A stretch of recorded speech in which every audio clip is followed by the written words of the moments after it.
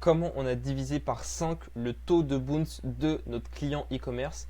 Tu es peut-être dans un cas où tu as beaucoup de bounce, pas mal de bounce. Comme ici, notre client en avait un petit peu. On a réussi à le faire passer de 0,38 à 0,06% de bounce, qui est ici très très faible, mais du coup très très positif pour nous, pour notre délivrabilité. Je vais te montrer tout ça très rapidement, très simplement, comment faire si tu te retrouves dans ce cas-là pour éviter que ça ruine ta délivrabilité et donc indirectement tes ventes via email.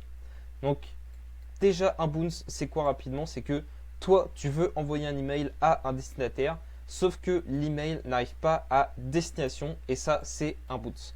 Pourquoi un bounce ça arrive? Il y a plusieurs raisons, mais c'est par exemple un domaine d'adresse qui n'existe pas, par exemple un email pro qui a été supprimé, une adresse incorrecte, une faute d'orthographe tout simplement, un blocage du serveur, filtre sécurité, blacklist, boîte de réception pleine, email trop lourd, filtre anti-spam, bug technique. Voilà, il y a plusieurs raisons comme ça. Et la conséquence, bien sûr, c'est la délivrabilité. Justement, pour la délivrabilité, imagine-toi en fait comme un score, par exemple un score sur 100, où déjà chaque fournisseur, que ce soit Apple, Gmail, Hotmail, etc., ils ont chacun leur note, enfin on va dire leur propre note.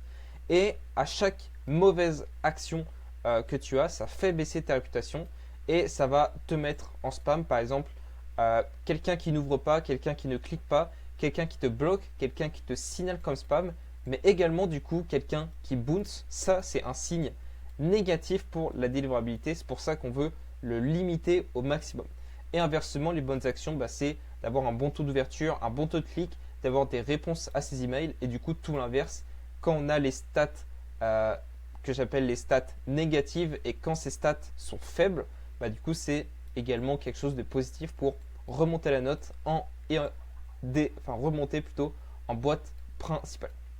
Maintenant, quand faut-il s'inquiéter d'avoir trop de bounce? Alors là, c'est des stats générales, ça dépend de notre contexte, d'où on part, de notre délivrabilité actuelle, du volume d'envoi qu'on fait, de l'ancienneté de la liste, etc.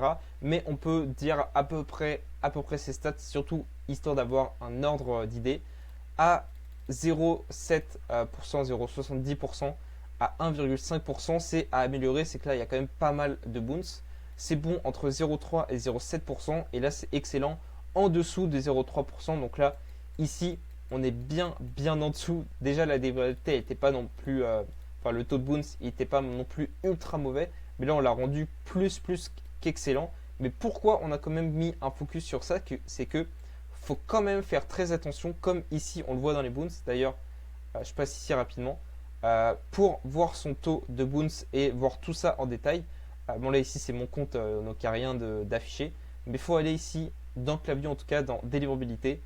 Déjà voilà, voir son score, voir ici ses stats, mais plus précisément dans report et encore plus précisément dans bounce détail, et c'est là où on pourra voir des graphes, des stats plus précises sur les bounce. Et également ce qui est intéressant, c'est sur les raisons des bounce, où on va voir par exemple bounce, par exemple boîte trop pleine, ou alors blacklisté, ou alors d'autres raisons qui sont mises dessus. Comme ça, on peut savoir quelle est la cause des bounce. Et du coup, je revenais dessus pour quand même montrer qu'il faut faire attention, parce que oui, on peut avoir un bon taux de bounce, mais ça, c'est une moyenne et ça peut cacher un plus mauvais taux de bounce. Par exemple, ici pour Apple en jaune, qui était au-dessus de 1%, même à 1,5%, et Hotmail Outlook à au-dessus de 0,5, environ 0,6, 0,7%. Donc là, c'est un peu plus mauvais. C'est un peu comme, je l'ai dit dans plein de vidéos, mais comme le taux d'ouverture, où c'est pas parce que tu as 45% de taux d'ouverture qu'il n'y a pas certains domaines qui sont à 15-20%, qui eux tombent en spam, mais qui du coup sont cachés par la moyenne. Donc bien regarder ça précisément pour améliorer, mais sur tous les domaines. Maintenant, il y a plusieurs choses, on peut réagir de plusieurs façons. Déjà, il y a ta délivrabilité. Ça, tu as un pouvoir dessus. Tu peux changer ton score, tu peux changer tes mauvaises actions et tes bonnes actions pour améliorer ça. Donc ça, c'est cool. Par contre, il y a d'autres choses. Par exemple, individuellement, la personne, si son adresse, elle n'existe plus, ou alors si elle a fait une faute d'orthographe, bon là, on ne peut pas faire grand-chose là-dessus. Ou alors, des fois, même avec une délivrabilité excellente, même sans problème, ça j'ai déjà eu avec plusieurs clients, on peut avoir aucun problème de délivrabilité, mais quand même d'un coup, par exemple, une newsletter qui, je sais pas, par Orange ou SFR aura d'un coup un gros pic de bounce. Voilà, ça arrive, on peut pas trop y faire grand chose, vu qu'on fait déjà tout pour ne pas avoir ce genre de problème. Mais en fait, la raison, en fait, on s'en fout un peu. Là, ici, on n'a pas trop de pouvoir là-dessus.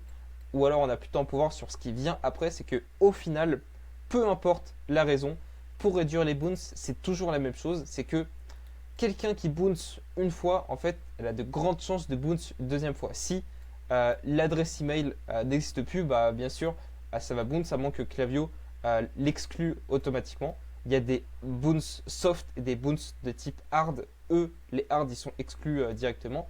Mais voilà, il y a de grandes chances que la personne bounce une deuxième fois si elle a bounce une première fois. Donc, l'idée principale, c'est mettre ce bounce en quarantaine pendant un certain temps. Donc, en gros, mettre tous les bounces récents en quarantaine pour éviter que ça se reproduise et que ça fasse du coup un peu un effet boule de neige, un cercle vicieux. Donc là, plusieurs choses à faire.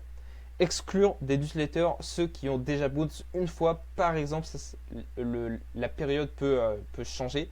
Par exemple, 30-60 jours pour éviter que ça bounce une deuxième fois. Donc là, un segment, alors je vais te le mettre ici, tu pourras screenshot ou alors me le demander par message, je peux te le donner. Ici, c'est un segment qu'on exclut à chaque newsletter. Ça ne concerne pas que les bounce, mais en gros tous ceux à qui on ne veut pas envoyer de newsletter. Mais dedans, il y a ici, si la personne, par exemple ici, a bounce un email au moins 2 fois depuis un an, la personne est exclue. Également ici, si la personne a bounce au moins une fois, mais quand le bounce est de type hard, on l'exclut ici aussi. Ensuite, ici, alors ici j'ai pas mis, mais il y a un autre segment. On peut tout simplement faire quelque chose d'encore plus précis. Par exemple, la personne a bounce au moins une fois dans les 30 derniers jours. Donc ça, c'est plutôt le segment qu'on utilise toute l'année. Et si on a un pic de bounce, on peut utiliser un autre segment d'exclusion encore plus précis. Deuxième chose, supprimer carrément ceux qui ont bounce 3 fois, c'est-à-dire carrément les enlever de Klaviyo. On ne va pas payer du forfait Klaviyo pour des gens qui bounce et qui, qui juste ne sont plus aptes à recevoir les emails. Donc là, c'est plutôt un segment de nettoyage où on va le désactiver par exemple une fois par mois. Donc là, si tu as bounce 3 fois ou si tu as marqué comme spam ou si tu as bounce de type hard, voilà, on va te supprimer au bout d'un moment. Troisième chose, ajouter ce filtre dans tes flows en cas de pic récent. Bounce 0 fois dans les 30 derniers jours. Ici, du coup, c'est comme ça. Tu dois ajouter ça dans le filtre des flows. Bien penser à mettre un end. En gros, dès que la personne, par exemple, elle est dans un flow panier abandonné, elle est à l'email 2. L'email 2, ça bounce. Ok, la personne a bounce, elle ne remplit plus la condition. Donc, elle est exclue de ce flow. On ne veut pas lui renvoyer des emails qui vont encore une fois risquer de bounce. Parce que justement, ça, c'est beaucoup négligé. Où, oui, on peut exclure les bounce des newsletters, plutôt ici. Mais très peu d'e-commerce, ça je le vois franchement sur aucun compte Klaviyo que j'audite. Vraiment très peu exclut également des flows, alors qu'en fait c'est juste la moitié du travail ici dans les newsletters et la moitié dans les flows. Donc si on veut exclure des bounce, mieux vaut le faire sur les deux et éviter de faire les choses à moitié. Ensuite, là après c'est plus sur les bonnes pratiques, c'est maintenir des bons taux d'ouverture et de clics. Ça du coup, voilà, toutes les pratiques, j'en ai fait plusieurs vidéos déjà sur la délivrabilité. Mais ça, bien sûr, ça aide à, si on a une meilleure délivrabilité, que nos emails tombent en boîte principale et tout. Bien sûr, ça contribue à du positif.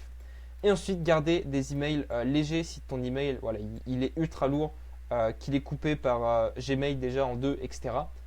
Déjà, c'est mauvais et ça peut également contribuer à faire des bounces. Donc là, simplement, compresser les emails, compresser les images en gardant au maximum une bonne qualité. On peut compresser sans même voir la différence à la lune. Donc, autant compresser les images directement et avoir un email plus léger. Donc voilà, c'est franchement très simple, très pratique, mais il n'y a pas à chercher plus loin.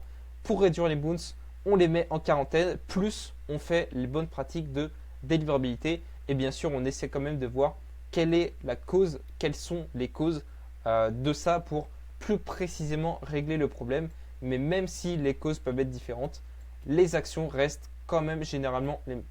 Maintenant, si tu veux qu'on t'accompagne dans ça, que ce soit ta délivrabilité, mais plus globale, il n'y a pas que le bounce dans la délivrabilité ou alors dans les emails, que ce soit niveau mettre des flows, mettre des newsletters, mais également sur la stratégie, vraiment que ton e-commerce est vraiment quelque chose de positif grâce à l'email, mais plus précisément grâce à la rétention. On peut t'accompagner si on sent qu'on peut t'accompagner là-dessus, si on sent que tu es assez qualifié pour pouvoir t'apporter de bons résultats. Et ça, pour le savoir, tu peux réserver un audit avec le lien dans la description. Il n'y a pas de pression. Pour l'instant, on peut faire ça franchement sans pression gratuitement. Si je vois que je peux t'aider, je te ferai une offre, mais il n'y a aucune pression là-dessus. Tu peux juste repartir avec ton audit. Voilà, on se retrouve de l'autre côté. Salut.